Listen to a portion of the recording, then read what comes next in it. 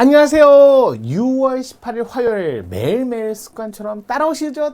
정리형과 함께 한다면 여러분의 실력도 향상되고 여러분의 긴장도도 유지가 됩니다. 뭐 하이엔드급 긴장은 아니지만 그래도 내가 수험생이다, 내가 하고자 하는 일이 있다 라는 목적성이 살짝 애매해지진 않는다는 거예요. 따라오세요. 그렇게 해갖고 계속 유지가 되고 그다음에 실력 향상도 하고 일석이조 일석삼조 정인영과 함께 한다면 여러분의 실력은 늘어납니다. 그러면 6월 18일 매일 헌법 바로 가보겠습니다.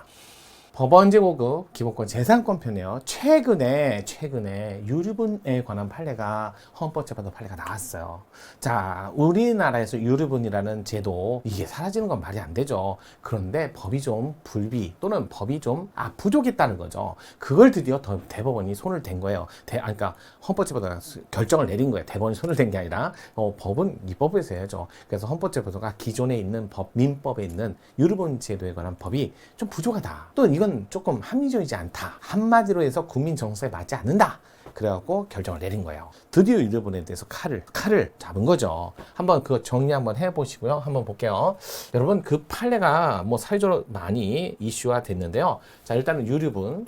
자, 이거 24년도 4월 판례. 이거 요때 있었던 판례 내용인데요. 유류분에 관한 판례. 이게 두 가지였어요.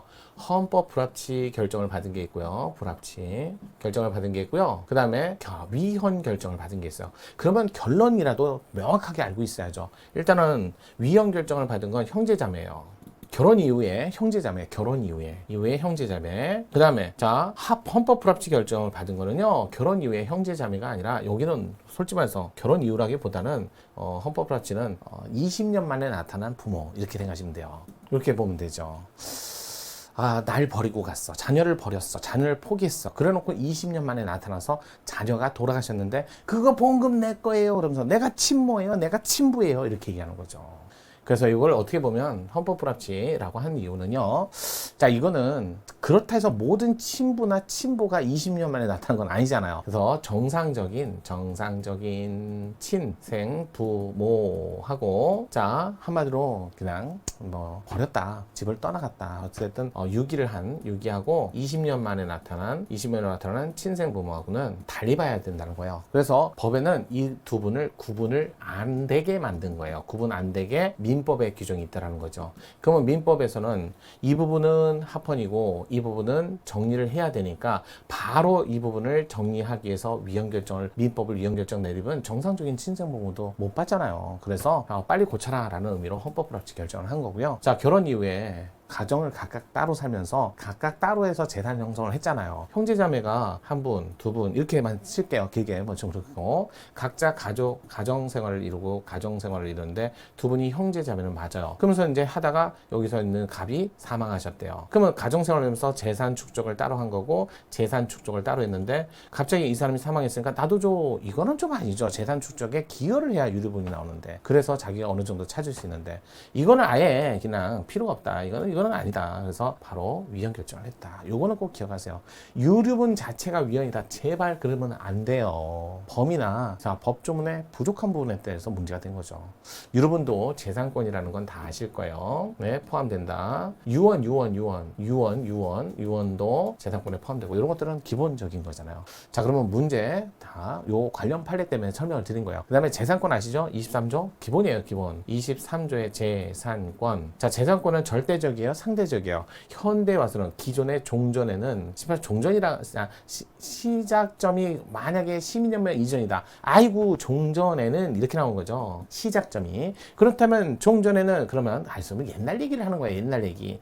종전에는 절대적 권리 중에 포함됐으나 현대 와서는 어떻게 절대적이에요? 재산권이 상대적이다. 상대적 권리다. 그러면 상대적 권리니까 어느 정도 남과 다른 사람과 함께 뭔가 기여하는 부분도 있다는 거죠. 그런 부분에 관해서는 한계 이렇게 얘기하는 거예요. 그래서 23조 1항에 재산권을 내용과 한계는 이렇게 돼 있죠. 법률로 정해라. 법률로 정해라. 왜 법률로 정한다? 그 시대 사는 사람들, 그 시대에 사는 사람들이 국민, 주권자가 정해야 돼요. 시대와 장소에 따라 재산은 조금 달라지니까요. 그래서 법률로 정해라. 국민 다 모일 수는 없으니까 입법부가 정해라. 봤죠. 내용과 한계를 정하고 이 한계는 어떻게 하는 거야? 이 항에 따라서 공공복리에 맞게 이렇게 되는 거죠. 공공복리에 적합하게 사회적 제약을 걸 수 있다. 이렇게 표현한 거예요. 그러니까 내용과 한계는 입법부가 정하는데 그 한계는 어떻게 사용해라? 사회적 제약은 한계 내에서 하는데 목적이 이렇게 적혀 있다는 거예요. 공공복리에 부합한 목적에 맞게 사회적 제약을 걸 수 있다. 이렇게 표현한 거죠. 자, 그 한계를 그러면 사회적 제약을 할 때는 굳이 법률로 해야 할 의무를 따로 주지 않아도 헌법에 써 있으니까 당연히 지켜야죠. 헌법은. 자, 그래서 여기는 그러면 입법부만 지키라는 거예요? 행정부, 사법부도 다 이걸 지키라는 거예요? 행정부, 사법부, 입법부 다 지키라는 거예요. 여러분 법률로서 하는 입법 의무를 부과한 건 아니잖아요. 그것은 사망에 가보면 그래요. 여기는 사회적 제약이 아니라 박탈이에요. 그래서 자, 공공 필요라는 목적 달성을 위해서 특별한 희생을 그래서 어디에만 토지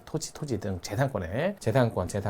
재산권에 여기는 박탈을 얘기하니까 공용 침해라고 표현합니다. 왜냐면 이거는 박탈이라고 해서 남의 범죄가 아니잖아요. 공익 목적을 위해서 사용하는 박탈이니까요. 다만 그 공익 목적은 공공복리와 달리 이거는 공공 필요라는 목적을 그러면 침해를 했으니까 필요라는 목적을 저 공익 목적을 법에 따라서 했으니까 보상금 이것까지도 뭐로 해야 된다? 법률로.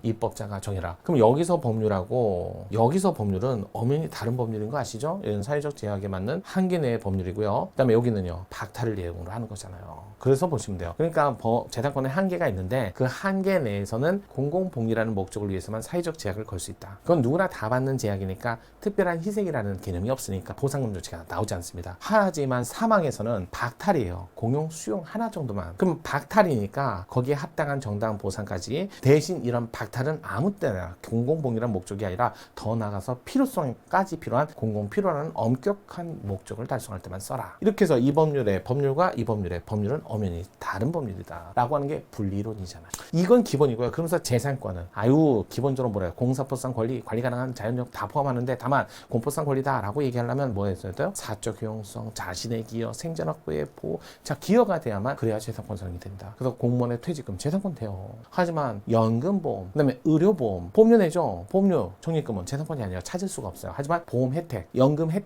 수급권, 보험 수급권, 그건 내가 정당하게 기여한 부분이 있고 내 생존 확보에 도움이 되고 또 내가 받은 다음에 내가 그걸 기부하든지 그건 내가 알아서 하는 거고 따라서 재산권이 된다. 볼게요. 그래서 옳지 않은 거 연금제도 그래요. 연금 수급권 재산권이에요. 국민생활의 안정 그래요. 생존 확보에 기여를 하고 복지 증진에 기여 생존 기여 국민 노령 폐질 사망과 같은 사태 부담 국가적 보험 기술을 통해서 대량으로 분산시키고 연금 급여를 실시함으로써 구제를 도모하는 사회보험제도의 일종 가입 여부 보험관계 내용 등을 계약자의 원칙에 의해서 정할 수 있는 사보험과는 달리 그래서 여러분이 A 이런 거 있잖아요. L 무슨 보험사와 달리 여러분 가입 강제 징수 어쩔 수 없어요. 국민연금 국민건강보험 제도의 운영을 위해서는 보험가입 강제되고 보험료를 강제 질수할 수 있으며 보험관계 내용이 법률에 의해서 정해지고 사용자 또는 국가 보험 비용 일부를 부담하는 등 보험 원리를 부양 원리가 결합된 공적보험제도 사회보장에 관한 헌법 34조 인간다운 생활할 권리 보장 보험 파트 구체하는 제도이다. 맞아요. 사회적 기본권은 법률상 구체적인 법률이 따라와야지 추상적 기본권이니까 요게 바로 나오는 되고 두 번째 우리 헌법의 재산권 보장은 사유재산 처분과 상속을 포함하는 것인 바 유언자가 생전에 최종적 자신의 재산권에 대해서 처분할 수 있는 법적 가능성을 의미하는 유언의 자유 요것도 재산권이다. 아주 많이 나왔죠. 유언자가 자필 증서에 의한 유증을 하는 경우 그 방식을 모두 구비하지 않으면 설사 유언자 의사가 진정한 것이라 하더라도 유언의 효력을 부여는 되어 유언자의 진위를 관찰할 수 없게 되는 바 이는 자신의 재산권을 자유롭게 처분할 수 있는 권능을 제한하는 건 어쩔 수 없다. 왜? 재산권은 절대적인 게 아니라 상대적 23조 1항에 보장되는 유언자의 재산에 대한 제한이 된다. 맞죠. 세 번째 유언의 자유는 단순한 재산권의 처분 권능 이외에도 사적 자치의 실현이라는 의미를 지니는 점에서 유언할지 여부 구체로 내용 선택 유언의 방식에 기본적으로 개인의 자유로운 의사결정에 맡겨져 있다. 그러므로 자필증서 유언에 있어서 방식을 제한하는 것은 자필증서잖아요. 따라서 행보추권에 파생되는 유언자의 일반적인 행동의 자유권을 제한하는 거 맞습니다. 볼게요. 4번 상속권은 재산권의 일종 맞아요. 상속권은 재산권의 일종이 맞습니다. 상속제도와 상속권의 내용 입법자가 입법정책적으로 결정할 사항으로서 원칙적으로 입법자의 입법 형성의 자유에 속한다 할 것이지만 입법 사용자가 법률로서 상속제도와 상속권의 내용을 정함에 있어서 입법 형성권을 자유적으로 행사하여 37조 2항에 규정하고 있는 기본권 제한의 입법의 한계를 일탈한다면 그건 헌법에 반하는 것이죠. 아주 그냥 정상대로 줄줄이 맞는 말만 하네요. 5번 볼게요. 헌법상 보장된 재산권은 원래 사적 유용성, 그래요. 사적 유용성. 그에 대한 원칙적 처분권을 내포하는 재산적 가치는 구체적 권리고 영리 획득, 단순한 기대나 장차 얻을 기회, 사실적 법적 여건은 이건 재산권이 아닌 걸로 유명하잖아요. 뭐라고 그래요? 통으로 반사적 이익이라고 하죠. 이건 재산권이 아니잖아요. 법률상 이익이어야죠. 따라서 기업에게 아무리 중요한 의미를 갖는다 해도 직업 자유에 포함될 수 있을지언정 기업의 자유뿐만 아니라 23조 1항의 재산권의 보장이 대상이 된다? 재산권은 아니죠. 요 부분이 틀렸네요. 중간에 살짝 집어넣었어요. 따라서 사용자가 최저임금 적용받는 근로자에게 지급해야 할 임금의 최저액을 정한 최저임금 고시 부분은 계약 자유, 기업의 자유를 제한하는 결과 근로자에게 지급해야 할 임금이 늘어나거나 생산성 저하, 이윤 감소, 불이익을 겪을 우려가 있거나 그 밖에 사업장 어려움 발생할 수 있기 때문에 앞으로 장차 얻을 기대나 기회는 재산권이 아니에요. 그냥 한마디로 뭐는 될 수 있다? 기업의 어떠한 운영이라든지 이런 것들은 제약 자유 원칙, 기업의 자유 원칙 이런 것들은 제한이 발생할 수 있어도 재산권 침해 문제는 발생하지 않습니다. 5번이 틀린다. 자, 말은 길고 내용은 길었죠. 이런 것들을 속지 마세요. 속으시면 안 됩니다. 억울하잖아요. 되게 단순한 내용에서 정답을 찾을 수 있는데요. 길다고 포기하지 마시고요. 끝까지 보시고요. 자, 긴장감은 유지하셔야 이런 게 된다는 거예요. 중간에 있다가 포기하거나 덩성덩성 넘어가면 그건 긴장감이 유지가 안 되는 거예요. 자, 그럼 오늘의 문제 살펴봤습니다. 재산권에 관한 문제를 봤으니까 내일도 찾아오셔야죠. 6월 19일 수요일도 오시는 거예요.